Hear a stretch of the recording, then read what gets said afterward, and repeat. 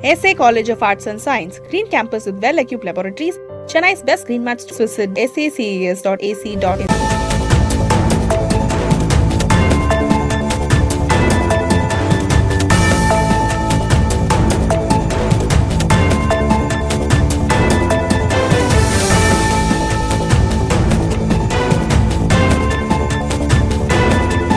தமிழகத்தில் கடந்த 24 மணி நேரத்தில் ஓரிரு இடங்களில் மழை பெய்துள்ளது. புதுவை, காரைக்காலில் வறண்ட வானிலை நிலவியது.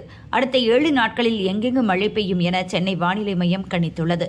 இது தொடர்பாக வானிலை மையம் வெளியிட்ட அறிக்கையில் கூறியிருப்பதாவது: மேற்கு ராஜஸ்தான் முதல் குமரிக்கடல் வரை, கிழக்கு ராஜஸ்தான், மத்திய பிரதேசம், விதர்பா, தெலங்கானா, ராயலசீமா மற்றும் உள் தமிழகம் வழியாக ஒரு வளிமண்டல காற்றழுத்த தாழ்வு பாதை நிலவுகிறது.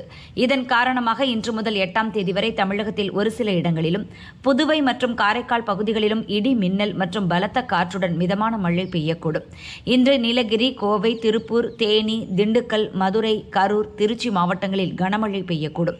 நாளை கோவை, திருப்பூர் மாவட்டங்களின் மலைப்பகுதிகள் மற்றும் தேனி, திண்டுக்கல் மாவட்டங்களில் கனமழை பெய்யக்கூடும். 4ஆம் தேதி நீலகிரி, கோவை, திருப்பூர், தேனி, திண்டுக்கல், ஈரோடு, சேலம், நாமக்கல், திருச்சி, அரியலூர், பெரம்பலூர், திருவண்ணாமலை, கரூர், கள்ளக்குறிச்சி மாவட்டங்களில் கனமழை பெய்யக்கூடும்.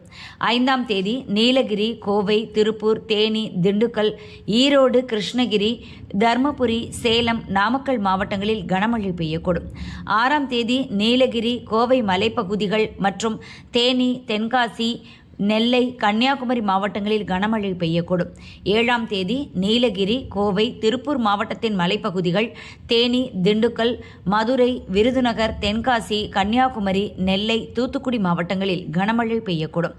8ஆம் தேதி நீலகிரி, கோவை, திருப்பூர், ஈரோடு, தேனி, திண்டுக்கல், மதுரை, விருதுநகர், தென்காசி, கன்னியாகுமரி, நெல்லை, தூத்துக்குடி, ராமநாதபுரம், சிவகங்கை, புதுக்கோட்டை மாவட்டங்களில் கனமழை பெய்யக்கூடும் என வானிலை மையம் தெரிவித்துள்ளது.